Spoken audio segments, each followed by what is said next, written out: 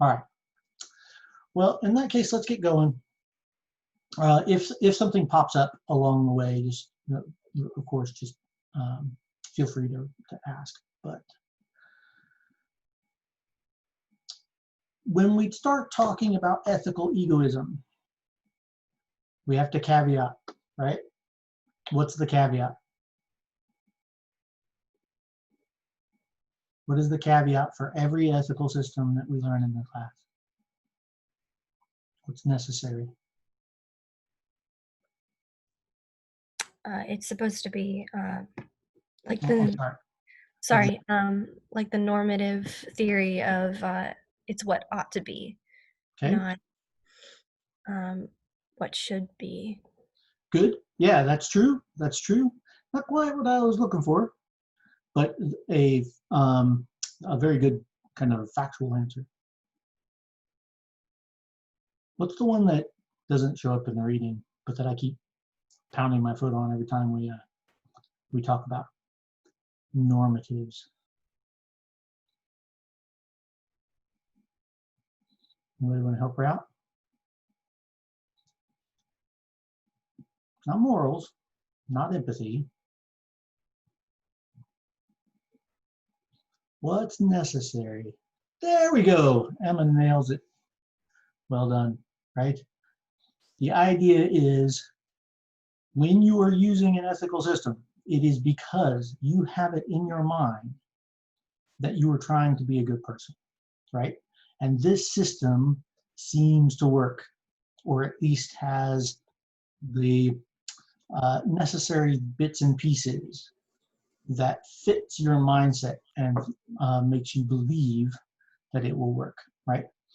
Not always does it succeed, right? That's not a necessity there.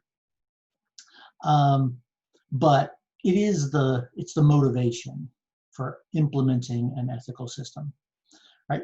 There are a lot of systems that are called systems of well-being or systems of action or decision-making that are studied in other aspects of both philosophy and psychology that don't care about being a good person, but do describe how people act, right? So if you were to, say, describe something like tribal ethics or something we'll talk about in a couple weeks, hedonism and various other kinds of systems that were at one time called ethical systems, but they aren't anymore because they aren't ethics, right? They aren't systems designed to help you make decisions towards the good, capital G good, right? So when we talk about ethical egoism, we've moved away from this default psychological egoism. Psychological egoism doesn't care about the good. And to a lesser extent, tribal ethics doesn't really focus on the good. But in a way it does, right? Which can be a little confusing. When we talk about tribal ethics, we have our first exposure to a system in which what is defined as capital G good is presented within the system itself, right?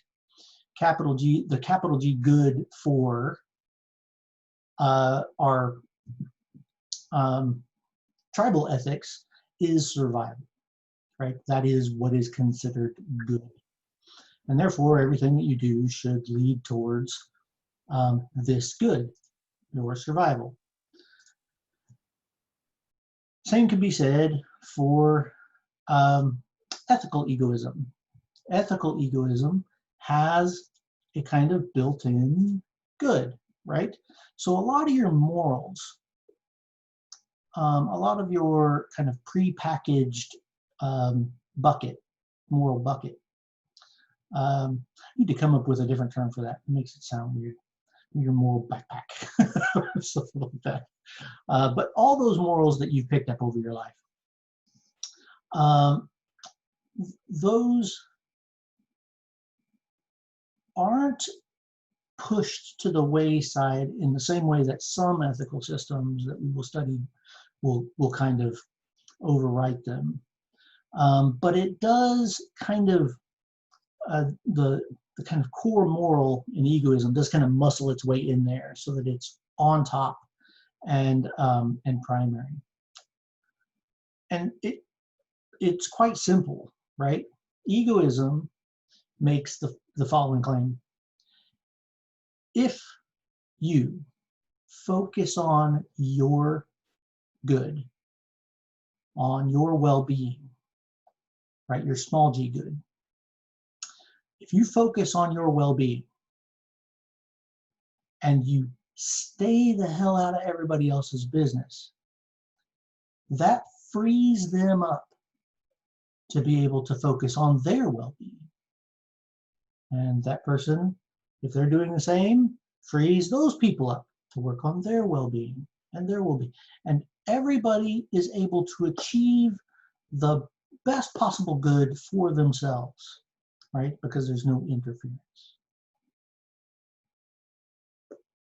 There is going to be points of conflict, sure. That's going to be true of every ethical system, right? There's going to be points of conflict. There's going to be times where your good is in direct conflict with somebody else's good. The idea in ethical egoism is that you resolve those situations in the way that benefits you while doing the least amount of harm, right? So it's not about running roughshod. You have to be careful. So how do you benefit? Is it positive? Is it good? Does it work for you? Yes, then it's the right thing to do. But you have an obligation to do as little harm along the way as possible. That's still a primary tenet, right?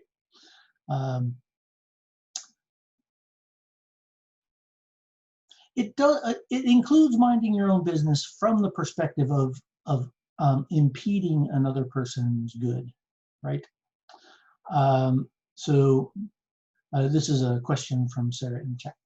The idea that egoism kind of has as a central aspect minding your own business is more limited than achieving your own good, right?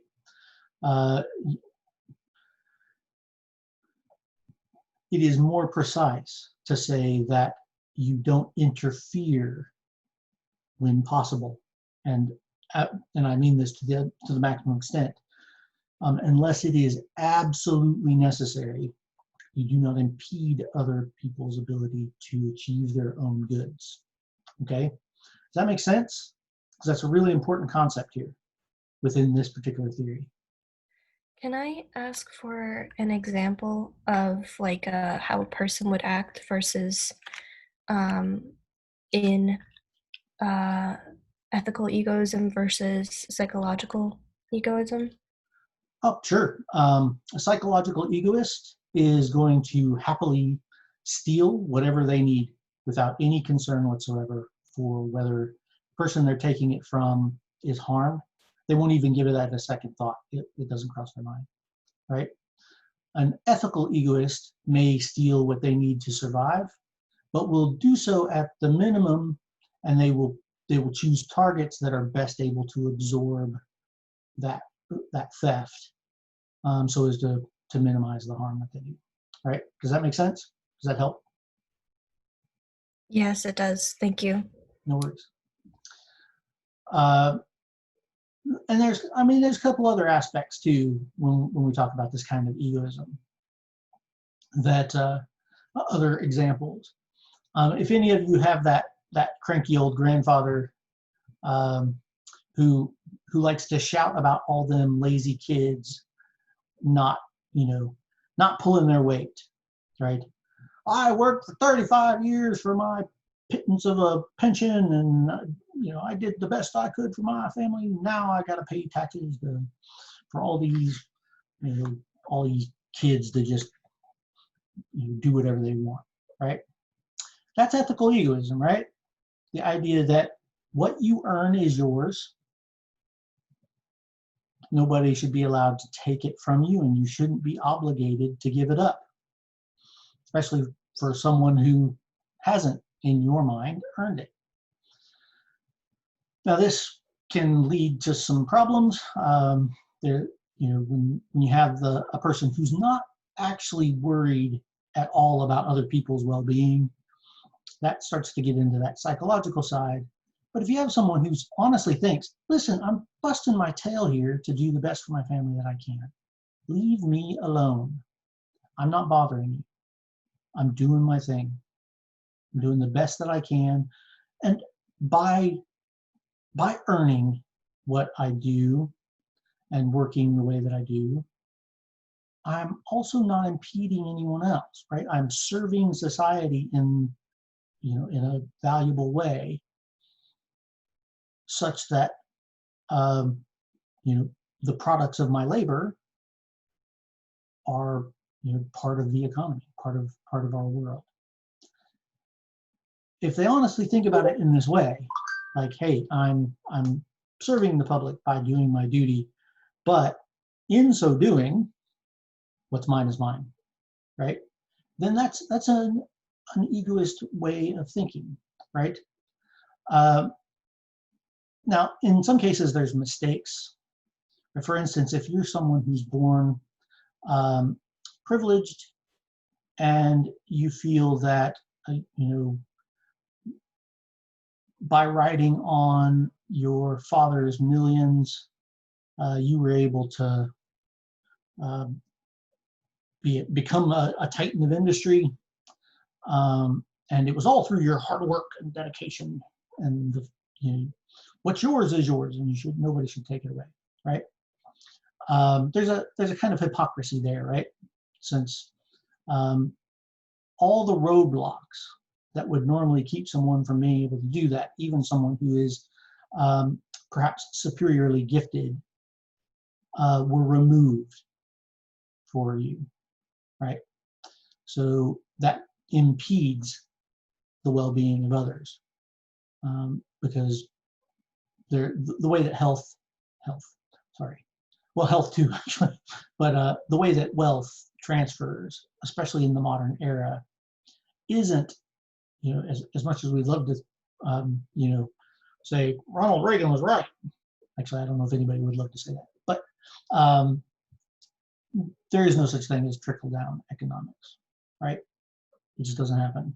We've got 40 years of proof at this point that people who acquire huge amounts of wealth use that wealth to acquire more wealth, as opposed to using that wealth to stimulate the economy.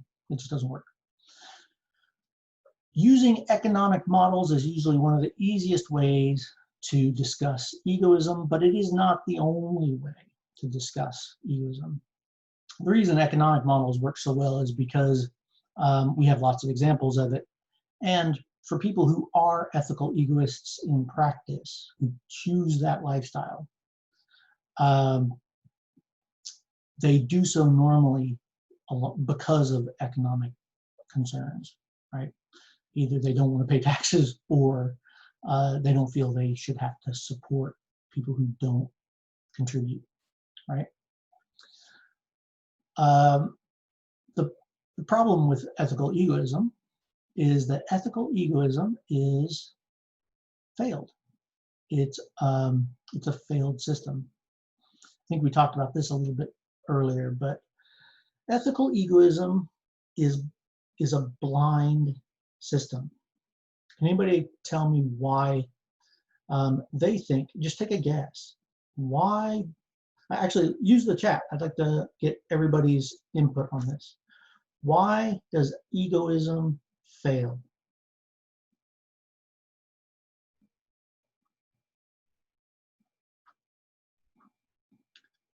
There are tons of points of failure. Feel free to pick any one of them. You don't have to try and list them all.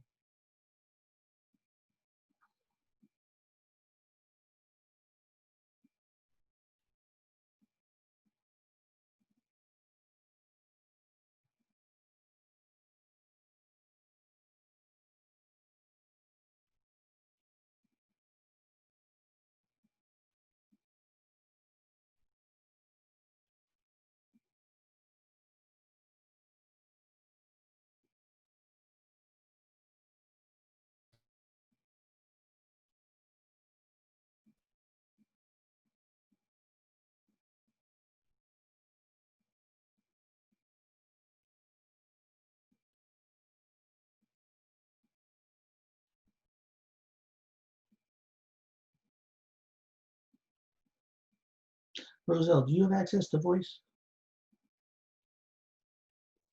Yes. While people are filling this in, just so that we don't kind of overlap the chat too much, I'd like you to explain the fallacies angle. What's the fallacies you're concerned with? Because with the egoism theory, it's like it's always or all. So it's like it's a generalization. They don't account that some people might have like different desires, or basically what they're or who they're designed for. It's not always for self. But in the egoistic theory, that's what it's saying, that it's always about self. And you consider this to be a logical fallacy? Yes, because we might have desires, but it's like I might desire this thing because of that, and while this person might desire this thing because of that, maybe they're designing for somebody else, not necessarily themselves. Okay, all right, that makes, I think I'm starting to see your point clearer. You're claiming that even though someone chooses or says that they're making a choice for themselves, in fact, they're actually making a choice for someone else. Yes. Okay. An interesting point. I don't know if it quite reaches the level of fallacy in the strictest kind of definition of what a fallacy is. But I kind of see where you're going with the generalization aspect, and that would be more fallacious territory. But yeah, okay, good thinking. I think, Roselle, I'm not sure, I can't remember the name of the fallacy, but I remember reading about one that was about like one point of view, like if it was from your point of view, and you're bringing in personal experience. Is that what you meant? Like the personal experience fallacy, where it's only your experience? It was, well, I think I got it kind of like mixed up, but yeah, that has something to do with it as well. So sometimes we talk about fallacies as being times where things are false, right? Which is different. Something can be false and not be fallacious. Fallacy is when there's a mistake of logic, right? And there definitely are fallacies within the egoism realm. And that's kind of why I wanted to pull that out, to see if you captured some of those. And in a way you did, the idea of generalization. So the fallacy we're looking at there is called hasty generalization. That's the name of the fallacy. And we can say that, oh, well, everybody can achieve their own good. That's the generalization. If we just left everybody alone, they could achieve their own good. And we know that that's false, right? We know that that's not true. While there might be, most people can work, not everybody can. So who takes care of those people? And so on and so forth. So you're on the right track, and I love it that you brought it up. I appreciate that. And good discussion. Okay, how many we got here? 1, 2, 3, 4, 5, 6, 7, 8, 9. So 9 out of 19. I need to see 10 more comments here.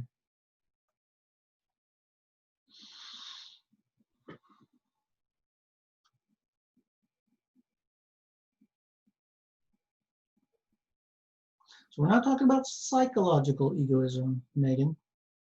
We're talking very specifically about ethical egoism.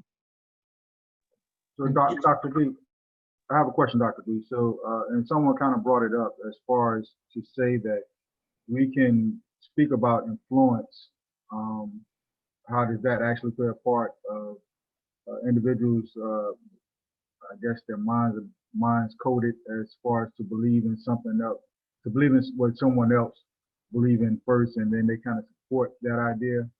You understand what I'm saying? Tease it out a little bit, because I'm not quite following.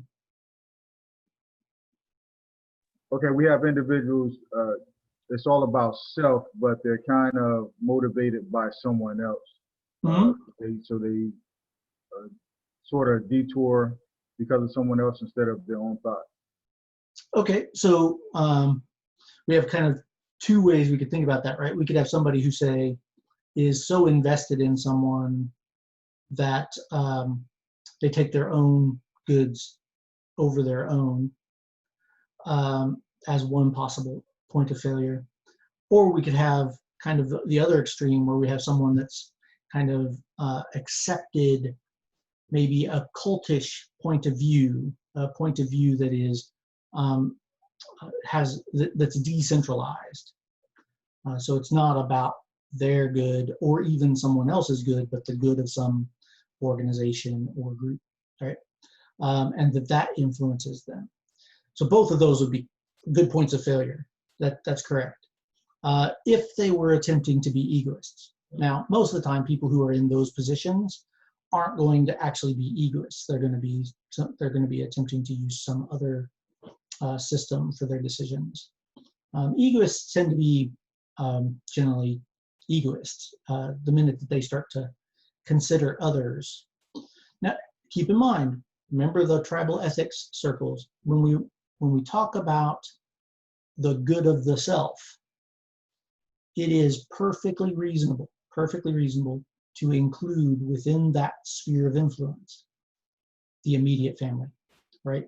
So if you're one of those people who considers the good of themselves and their children and their spouse, that's okay. That's still egoism, right? Your focus is on that familial unit. So there's nothing wrong with that.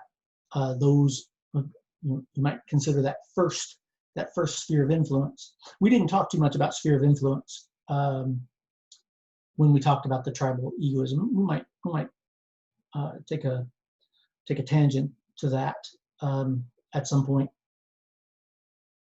because just the language is important, right? But in the grand scheme of things, that your first sphere of influence, which includes yourself and your immediate family, is a sufficient target for egoism. Okay, it's not the only one, but it's sufficient. All right.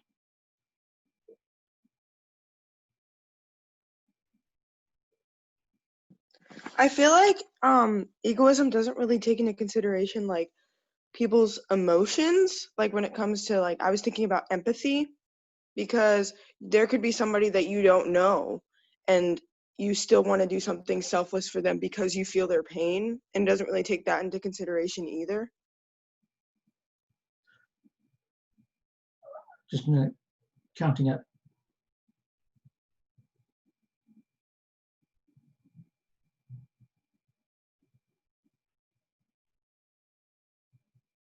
Okay, 14, getting closer. Right, so a hardcore egoist, someone who's really taken this on as their ethical system, their sense of empathy is going to be one of non-interference, right? So you may want to do something good for someone else. That may be your desire, but you resist because doing something good for them could, one, impede something that they might have in kind of inaction, some good that they're trying to achieve. Or two, it might create an environment in which that person starts to rely on you for their good, which is exactly the opposite of what this system is supposed to achieve, right? Well, I feel like that's just like speculation. Like you don't know exactly what's going on in that person's life, so it's like. But when we're talking about ethical systems, we're talking about your head, not somebody else's, right? So Yeah. you know what's going on in your head. Ethical systems are useful for being able to view other people and pass judgment in the derogatory sense, right? But ethical systems are horrible at getting at the actual subjective aspect of the decision. That's something that is for you. Ethical systems are for you or for the person who's going to practice the system. So while you could look at someone and think that person's an egoist, and then make judgments based on that, you don't have access to all the information, right? You don't have access to their motivations. You don't have access to their intentions. You don't have access to, even if they have the correct understanding of the ethical system they're trying to practice. You don't have access to any of that. So you're sort of stuck just guessing based on results. We will talk about how results and judgment are most affected by ethics next week when we start talking about utilitarianism. But within egoism, egoism is subjective, right? The only person in the world, as far as this theory is concerned, and there's good research that says this isn't as true as we'd like to believe, but by the theory in ethics, the thought is this: the only human being alive that could possibly know what is good for you is you, right? I can make guesses and predictions. Other people might make guesses and predictions, but you're the only one that knows. And so your actions seeking to achieve those goods while minimizing the harms that you do to the world. Keep in mind, you're minimizing. An egoist isn't against harm if it's necessary. And this is kind of true of most systems. There's, we don't study any pacifist systems in this kind of short class. So none of these are completely non-conflict. So it's okay that sometimes you might come into conflict with someone, and it's okay within the theory that sometimes you might have to achieve your own good at the expense of someone else. But there's an ethical calculus there, right? You really have to weigh it and make sure that what you're doing balances correctly, right? That you're not destroying someone or something like that. Right? Remember, these are ethical systems. You're trying to be a good person. So running roughshod over someone else to achieve some good would require that good be so significant that it justifies that impediment to the other person, right? So yeah, there's lots of things about what's going on in somebody else's head. We can discuss that at length if you would like, when we kind of get to the reasons why these are points of failure. But for the most part, you can chalk that up as, for one, humans are flawed. There is no ethical system that can be perfectly followed. In fact, a ethical system that is so easy that people can actually achieve it 100% isn't a very good ethical system. You have to always be able to strive for something a little bit better, right? So that's true of egoism too. Imagine, for an egoist, the ideal circumstances, according to the theory, is to absolutely maximize your own good without ever impeding or getting into the business of someone else, right? That would be the perfect practice of ethical egoism. But it's not a perfect world. So sometimes we do have to put some effort into stepping on someone else in the lightest way that we possibly can. And it may be, and to kind of get to what your concern might be, it may be the case that you feel obligated, even as an ethical egoist, to make amends for that harm, right? There's nothing within the system that says that you can't do that. To you, for your own well-being, that's what's best. So empathy does play a role For one, empathy allows you to recognize what degree of harm can you cause before you kind of cause permanent damage to an extent, right? And if you're the sort within the system, the willingness and the kind of the feeling of obligation to make amends when you do step on someone is going to be empathy based, right?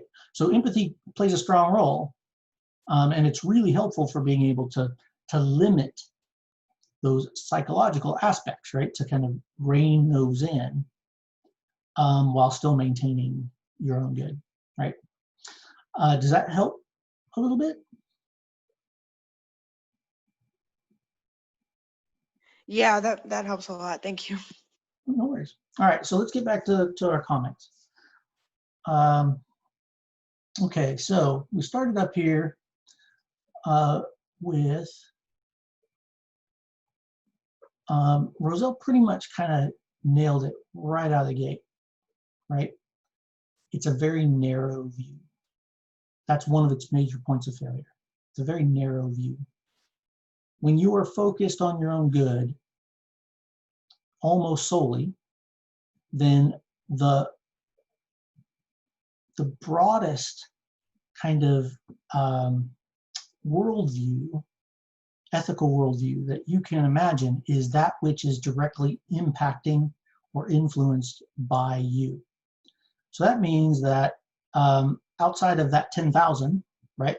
When we think of the tribal ethics model, right? Outside of that, those people don't actually exist for you at all. And even those tiers, kind of the third, the kind of fourth and fifth and sixth tier, those really don't have much impact on you either. So your worldview is limited, your ethical worldview is limited to those first three tiers.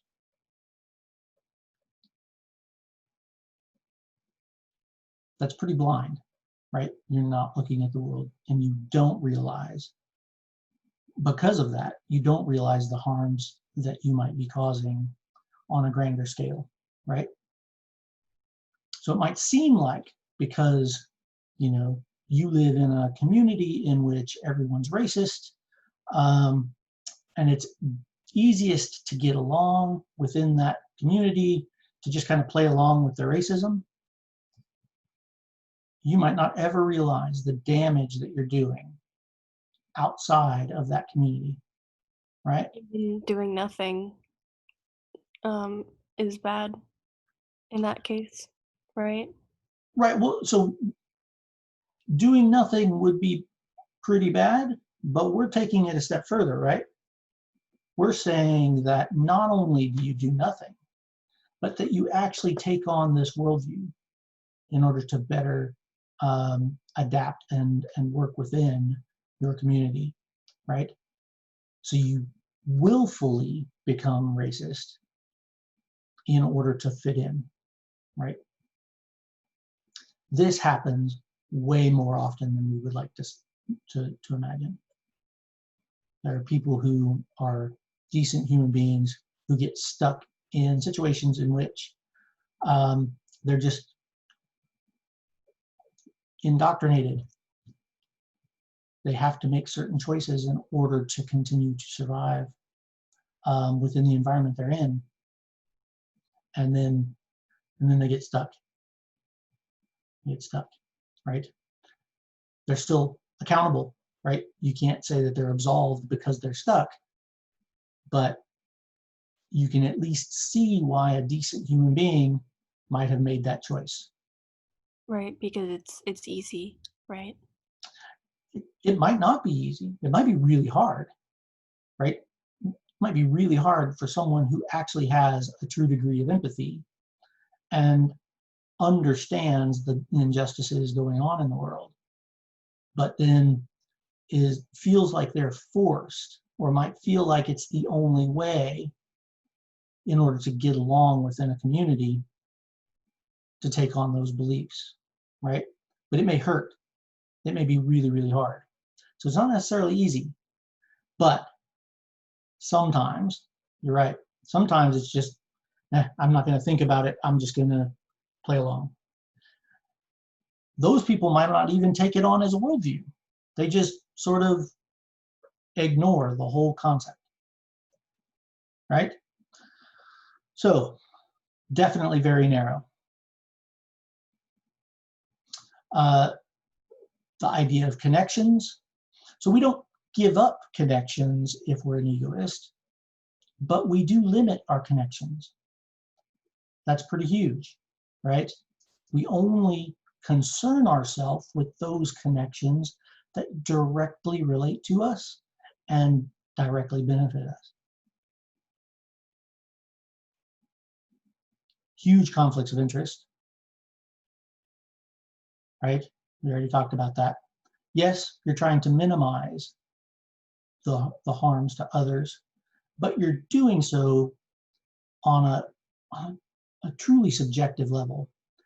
What you think might be a small harm could be a massive harm to someone, right? For instance, to use a rather pointed and hyperbolic example, let's say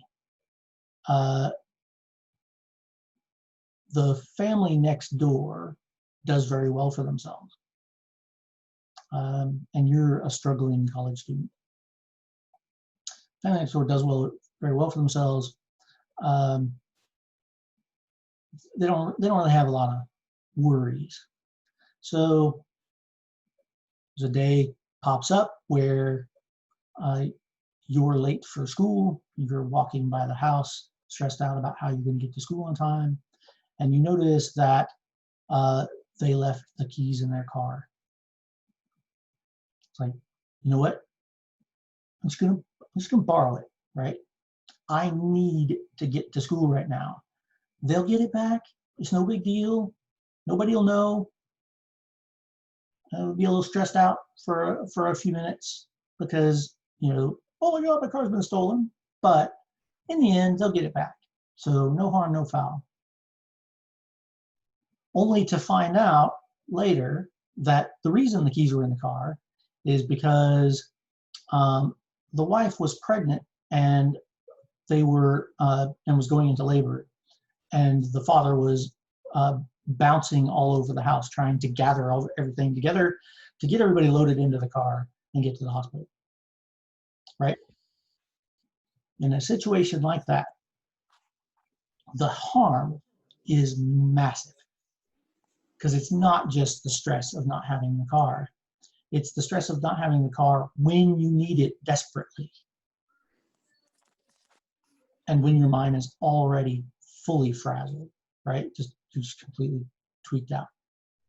So sometimes we lose sight of what a small harm is and what a large harm is because we don't know the whole situation. So that's definitely true, conflicts of interest. Torrance, you got here that we're all entitled to our own beliefs. I'd like to tease that out a little bit and see what you mean, but let's get through some of the others first. We already talked about the fallacies.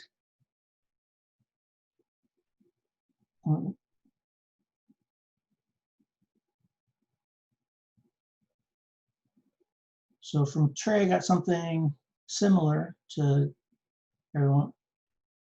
everyone's entitled to their own beliefs. It's interesting that both of you has that to say. It's all for the self. But that's kind of the point of the system. That's not a point of failure. That's kind of the key. This is from Rebecca, all right? The key to psychological egoism is that it is all for the self because you're the only one that can know what is best for yourself.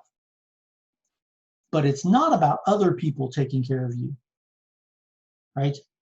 So what you do is for yourself because that frees everyone else up from having to worry about you. They can go do their own thing. They can seek their own good. Leave me the hell alone. I got it, right? My business. Let me handle it. So it is all for the self, but it's all for the self as a service in a way, because you know yourself better than anyone else. So that's not necessarily a point of failure. That's the point, right? Humans are by nature dependent on one another. That's not lost, right? If I'm doing everything to better myself, one of those things is being a productive member of society. I'm going to work, right? So as a productive member of society, I'm doing my thing, and I get exchange for that, right? I get some kind of barter in the form of money or services. And then I take that money or services and I go and spend it on the things that I need. A egoist would have a really hard time living in the mountains.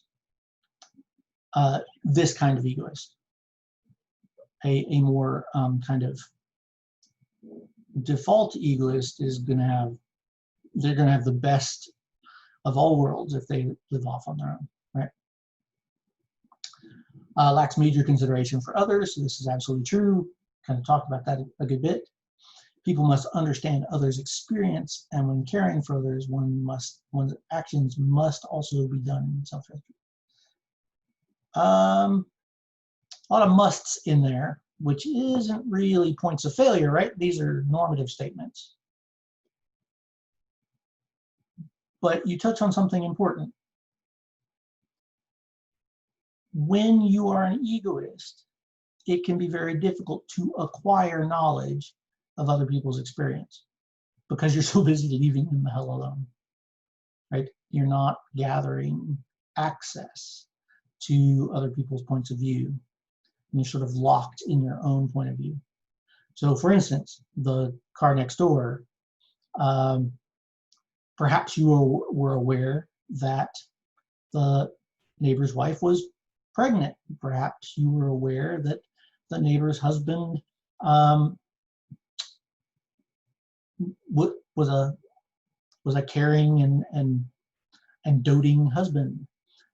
But neither one of those are going to prepare you to take into account their needs under this model, right? You're too busy leaving them alone. Hey, handle your business. Handle your business. I'm going to handle mine, right?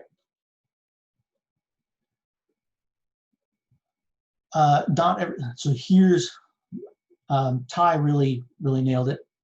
Not everyone would be capable of taking care of themselves, right?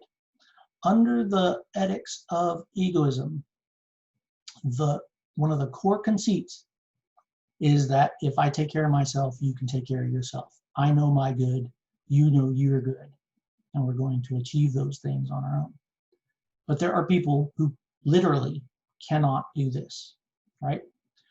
And we're not just talking about, so children don't count. Within the egoist model, children are part of the first sphere of influence and therefore are cared for by the parent. The parent and the child are counted as that egoistic core, and to a lesser extent, the spouse. So it's not about children, but when we start talking about the elderly and those who suffer from handicaps or disabilities, and other kinds of people who can't take care of themselves, we've got a real problem, right? But it's not just them. Those are the easiest to point out. But people who are born with a severe lack of certain basic privileges that that the egoist might think are commonly available is going to limit their point of view, right? So if I think I was able to kind of get out on my bad circumstances as a kid because I joined the Army, and the Army was able to give me a career, a place to live and grow and discipline that I needed, and blah, blah, blah, blah. I was able to do all that stuff was able to scratch my way up. I had a pretty crappy childhood, but I might think I was able to do it. I was able to scratch my way up from the bottom. So can you. That's bullshit, right? Because there are people who can't. Let's say you aren't in the physical shape to join the military, which is a pretty commonly expressed route. Oh, why don't you just join the military? They'll take anybody. And then you can get, not only do you get out of your financial problems, but you're also out of your environment. You're in this new environment and you're given discipline and blah, blah. Not everybody is built for that. You have to have a certain kind of level of health. You have to have a certain mindset. In order to advance, you have to have certain talents and traits. The military does not reward things like creative thinking or asking questions, right? Lots of things can really limit a person's access to military advancement. So there are a lot of people, a vast number of people who can't use the same method to scratch their way out of their bad environment. So for me to say, I did it, so can you, is a blatant bias, right? I'm saying everyone is as healthy as me and has as easy access to a recruiter as me and has no past, like has no elements of my past that limit me, so on and so forth. Now, the military is a good example of one in which the fact that I was white has less impact. It probably has some impact on advancement, but as far as getting in, the military is fantastic about that not being a concern. But the fact that I'm a healthy male who has had the right mindset at the time to be able to accept military service meant that I had a lot of advantages that not everybody has.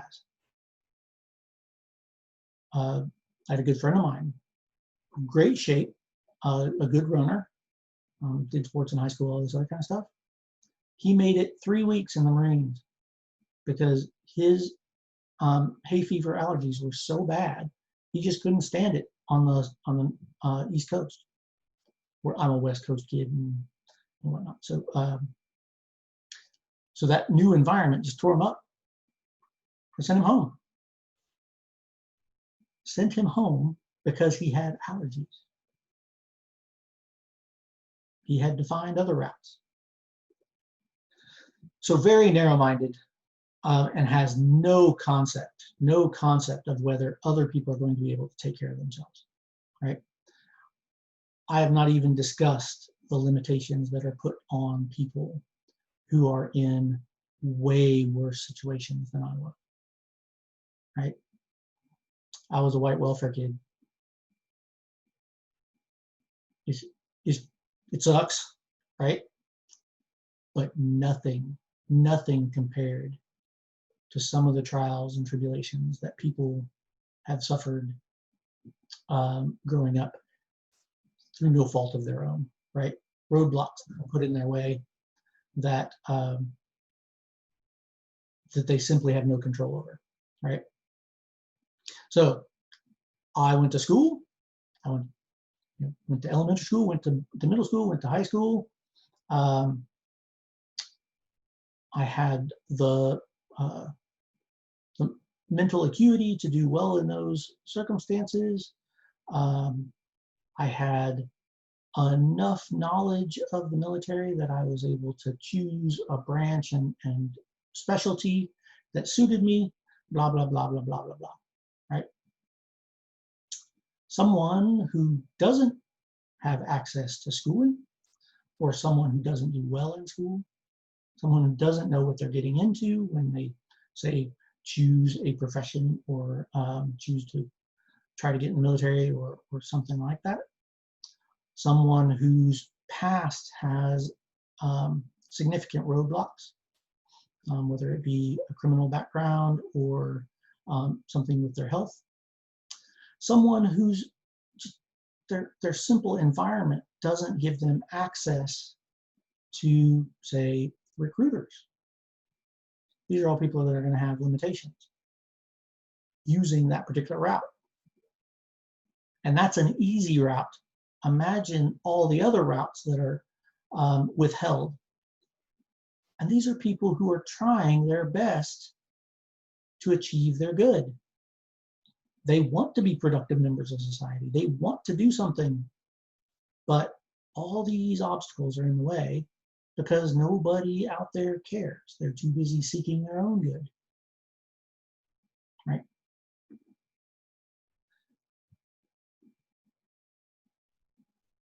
Egoism is relative to what everyone thinks is best for themselves.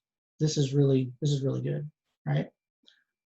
At what point have you achieved your good? Is it at a comfortable job where you don't really have to stress out about whether you're going to eat or not? Is it your first million? About your first 10 million? At what point have you achieved your good enough that you can start spreading it out a little bit, helping other people? There's no rule. There's nothing in the books. So privilege, point of view, experience, dependence. These are all problems. Let's see if there's any that can go. There's definitely, so we have to assume for the purposes of this class that there's a self, right? How you define the self, that's an interesting philosophical debate, but not really an ethical debate. In ethics, it is assumed that you have a moral worth of at least one, right?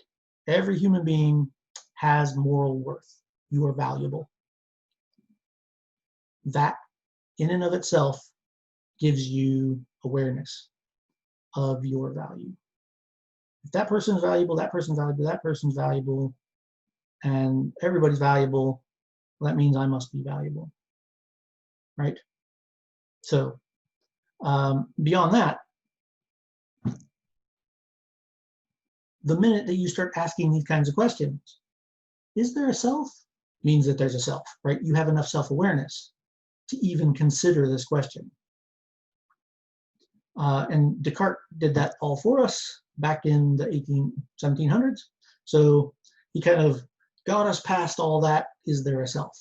But how we define ourselves, that's a very interesting debate that goes into theory of mind and philosophy of mind. Love to talk about it. We don't really have time. Understand that for me, this might be kind of important since a lot of how I talk and how I present information assumes what is called a narrative self, right? Narrative self is the story of you. It's the story of you. So in your mind, you have a story of you. A beginning, a middle, a current, a present, right? You might forget some stuff. You might sort of invent some stuff. There might be some stuff that you thought happened but didn't really happen. Doesn't matter, right? You may get cloned. You may get teleported across the universe. You have a story. And that story follows all of that, right? To include, I got cloned. That's an entry in your story. Your clone will have its own story and is a self, even if it's a clone of you, an exact duplicate with all your memories. That clone didn't do all those things that it has memories of, right? So its narrative begins at that point. Your narrative goes all the way back. So narrative is a way of creating connection and personhood, but understand that that's contested. That's not that's not the philosophical position. It's just how I speak. I think of human beings as inherently continuous, even if there's breaks in coherence. Like, for instance, if you go into a coma, yes, you're not experiencing anything, but your story continues, right? So you are your story. You are your experiences, your thoughts, your prayers, your dreams, your plans. All of those things are part of you, and they're part of your story. So the narrative view of self just sort of is part of my speech. But there are others. There are episodic views of mine. There's presentism views of mine, and so on and so forth. And then there's some people who are unwilling to accept that there is a a non-deterministic other thing besides your brain, and that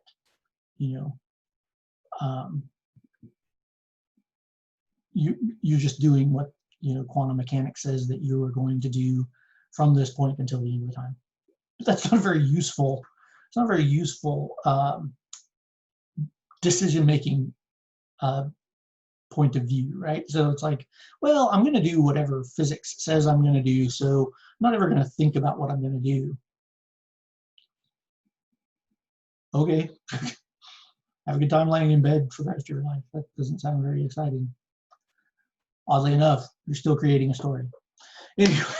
Anyway, little tangent there.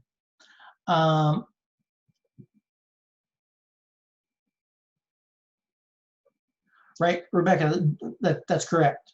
When you're talking about those people who make choices in order to survive or fit in, that's right. Sure, yeah, recruiters will definitely do all kinds of things to achieve their own good. If there are true egoists in the world, recruiters are it. Jesus, they can be pretty bad. They can be pretty bad. But in the grand scheme of things, if the Army is good for you, and I keep using Army, we can include any kind of public service, including things like the Merchant Marines or the CDC or any of these other organizations that take on recruits with terms of service.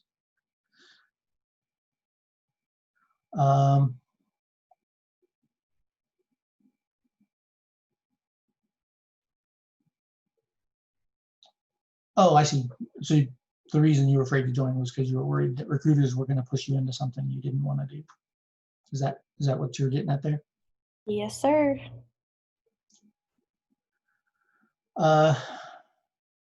So valuing yourself, you're right. It would be really hard, really hard to be an egoist if you didn't have any value for yourself. Borderline impossible. I wouldn't say that it's impossible, but borderline. If you don't value yourself, it might be because you feel like you lack any good, and then going out and trying to find value, find yourself, would be an egoist move, but that's kind of tangential. But yeah, it's true, it would be really hard to be an egoist, but that's a limitation on being an egoist as opposed to on egoism itself, right? All right, is there any more? That's pretty good. So I'll be using this as our as attendance. So if you didn't get a comment in, I highly recommend that you get something up there, or that's a hit on the roll call.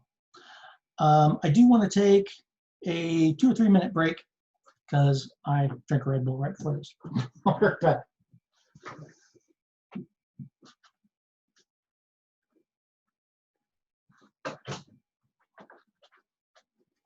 The more I hear about egoism, the more I feel like it's about being independent. And ego has such like a negative connotation to it.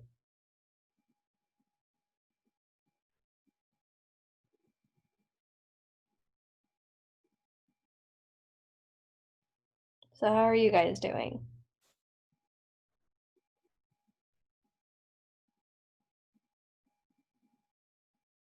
Good. I'm just hanging out. How about yourself? All right. I know that not many people want to talk out loud. Yeah. I don't want to talk out loud because my son he over there doing Zoom and I don't want his teacher to hear me. Oh, yeah. Is he in classes? That's cute. Yeah, I have like 3 of them and they all are in classes right now except for the last one. She over here just chilling, listening to the discussion. Is he learning from the ethics too? No, I don't think so. How old are they? Well, the one is 10, 16, 11, and 6. Oh my gosh. Was this Welcome about kids overhearing classes? Yeah. When my daughter turned 12, over the summer, I was teaching a class, on-ground class, on ethics in general. And of course, she's my daughter, so she's been subjected to this crap her whole life. I say crap, but it's not. But I had her join me for the class. This is a night class, so made sure it was cool with all the students. There weren't very many. Made sure it was cool with all the students. She sat in the back, did all the work, participated as if she was a member of the class, and it was kind of amazing. It was really cool.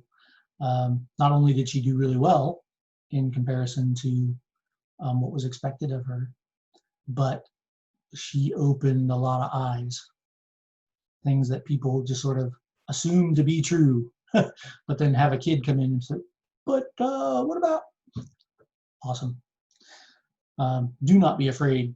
In this particular case, I can't speak for things like, if you're taking derivatives or discrete math or whatever, maybe not, but in this class, having your kids sit in, definitely not going to hurt nothing.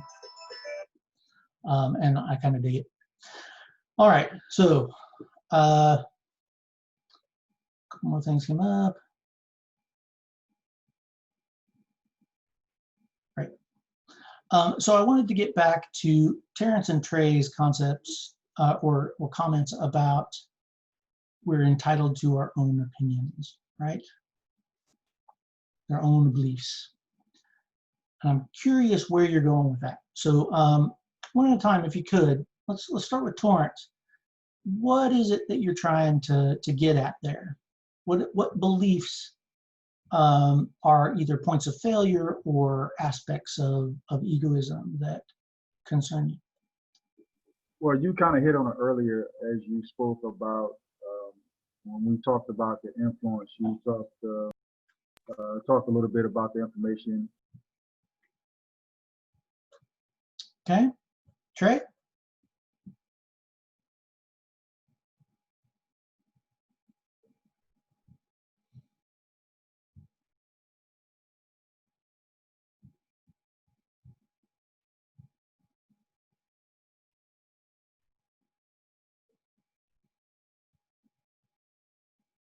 I think I lost him. All right, so yeah, when we talk about points of view in this case, what's really important is the egoism is a system. We have to keep that in mind, right? Egoism is a system. It's an actual ethical concept that has structure, right? So the machine, oh, gotcha.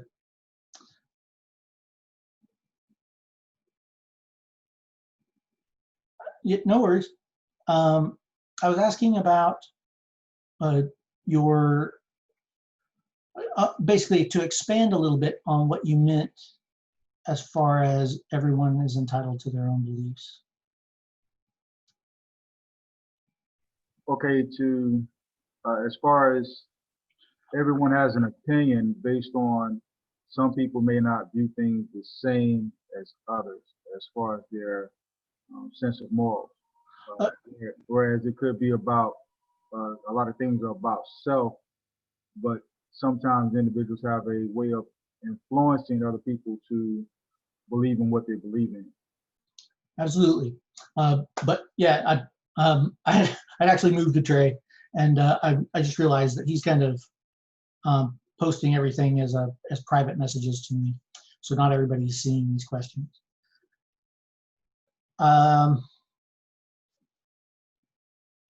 Because Trey basically had mentioned something very similar, actually word for word, had mentioned that he also felt that people were entitled to their own beliefs, and I was just trying to dig out what it was he felt that meant for egoism as a system.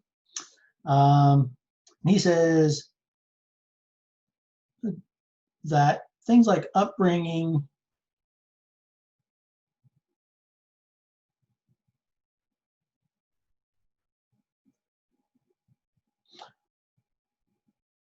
basically the influences on one's life are going to impact them in some way. Do you mean impact their good, or their kind of their concept of the good?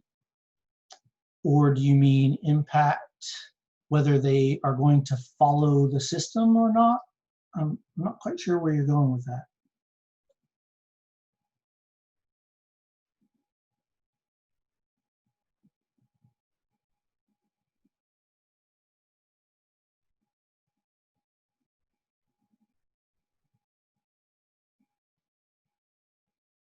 Sure, but that's what ethics is all about, right? It's about training those. We have our moral bucket. That comes with us no matter what. Sometimes we have to dump a few things out of the bucket. Sometimes we have to overwrite some things in the bucket, but we never get rid of it.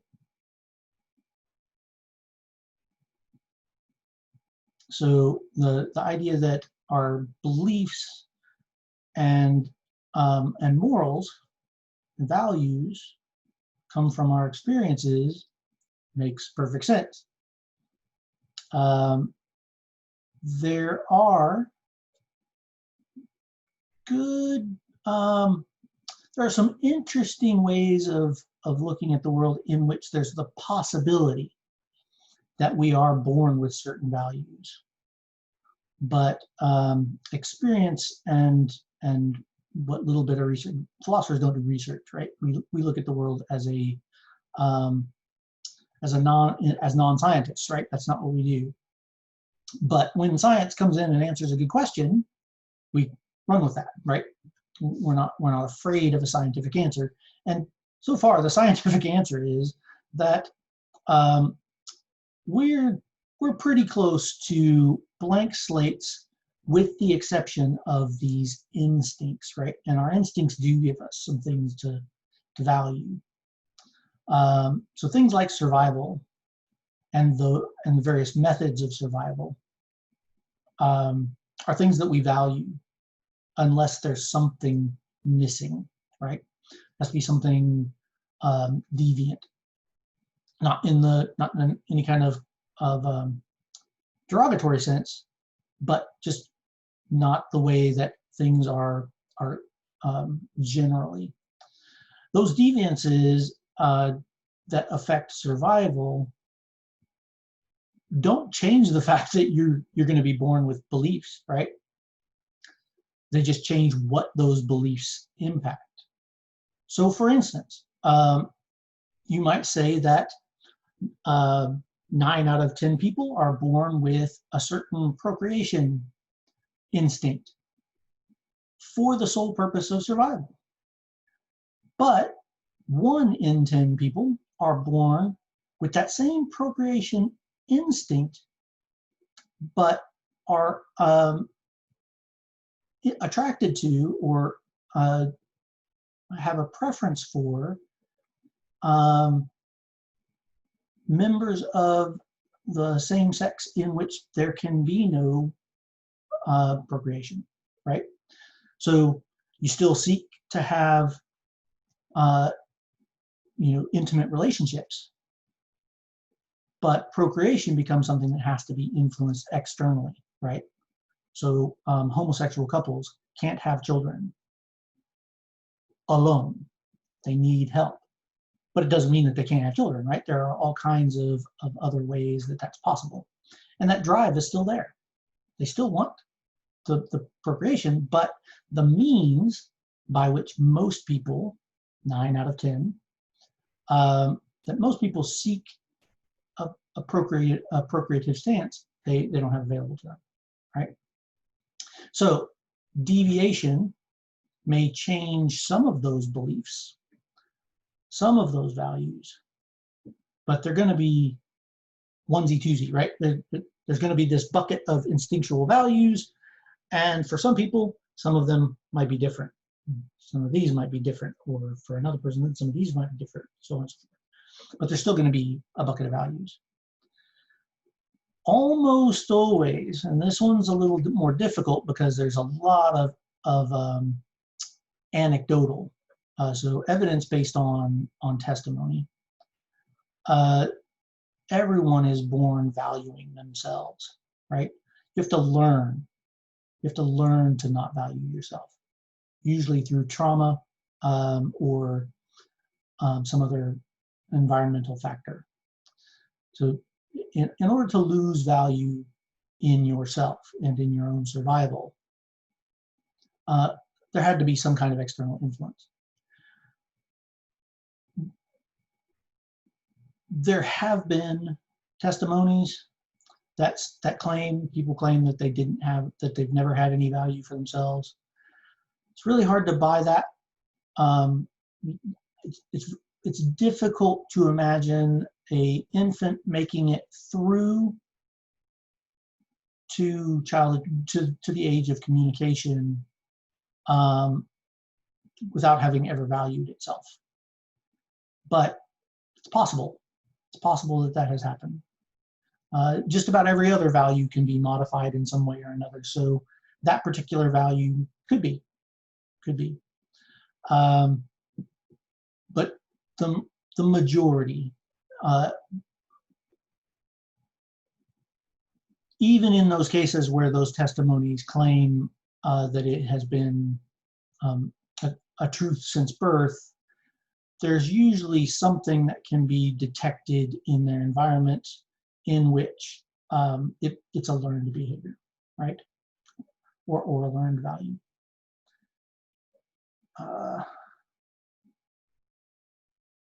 Yeah, it's no worries about, for anybody that doesn't have a mic or a camera, we can make it work. Just be hot on the chat.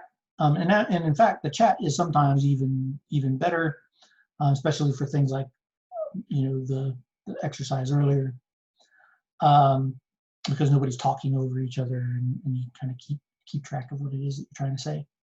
But participation is required, so keep that in mind. The roll call is based on what I see in the chat, not what faces I see or what names I see on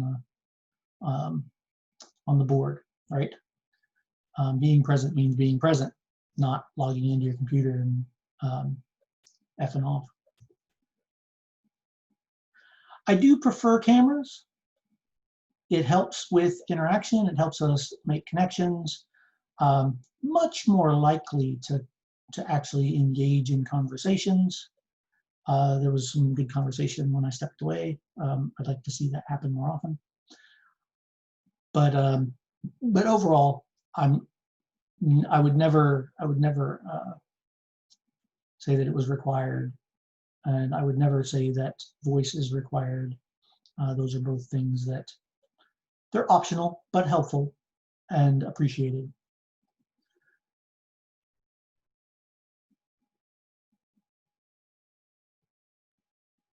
Yeah, absolutely.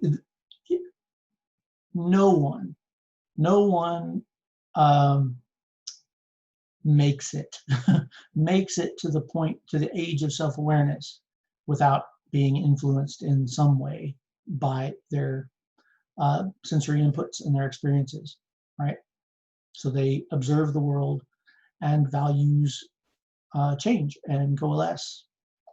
So, you know, a baby whose room has, you know, a mobile that has stars and moons, right, might start to value that set of shapes in such a way that they notice it more.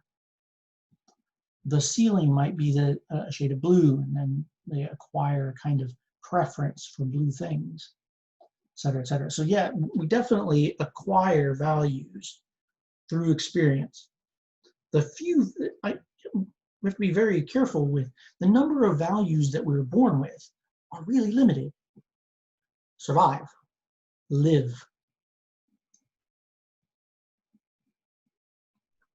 That everything else stems from that, right? Including procreation. Passing on our blood is life. Is life. You have to learn to not value those things, right? And the world has ways of helping, right? Learning to not value survival might come from trauma, or might come from a sense of duty and self-sacrifice, or might come from a kind of overwrite that says that the survival of your offspring is more important than your own survival, etc. Right? It's all kinds of things that might influence it. But it's the hardest. It's the hardest one to get rid of. The rest are pretty malleable. The rest of our values are pretty malleable. It is becoming, in the modern era, much more common for people to not value procreation for the purpose of having children, right? They still like the fun part, but the actual kids part, like, some justify it by saying, I have a life of my own, and I'm focused on that. I want to have my life, and I don't want to have to deal with having another life that's going to impede that. Some might say, look at the world. We are crazy packed. Why am I going to bring another person into that and create more problems with our population? Some might say, our world is going to shit, and I'm not bringing a kid into this. So there's lots of reasons why someone might choose not to have children, right? But it's a choice. It's something that they had to kind of make a conscious decision on.